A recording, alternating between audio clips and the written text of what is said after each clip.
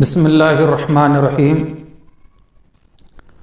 ایک مسئلہ یہ ہے کہ جس جانور کے پیدائشی سنگ نہ ہو، بکرا ہو یا کوئی اور جانور ہو، جس جانور کے پیدائشی سنگ وغیرہ نہ ہو، جسے ہونڈا یا منڈا کہا جاتا ہے، ایسے جانور کی یا ایسے بکرے کی قربانی جائز ہے یا نہیں؟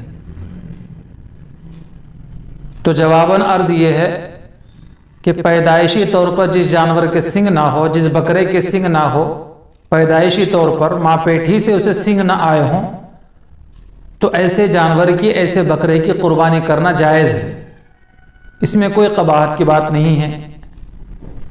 لیکن جس جانور کے یا جس بکرے کے سنگ تھے لیکن بعد میں ٹوٹ گیا، اور جڑ سے اگر سنگ ٹوٹ گیا یا پھر اتنا سنگ ٹوٹا کہ اس کا اثر دماغ تک پہنچ گیا، تو یہ عیب میں شمار ہوگا اور یہ جانور عیب دار کہلائے گا، یہ بکرا عیب دار کہلائے گا، اس کی قربانی جائز نہیں ہے۔ یعنی سنگ جڑ سے ٹوٹ جائے یا اتنا ٹوٹ جائے کہ اس کا اثر دماغ تک پہنچ جائے، تو ایسے جانور کی، ایسے بکرے کی قربانی کرنا جائز نہیں ہے۔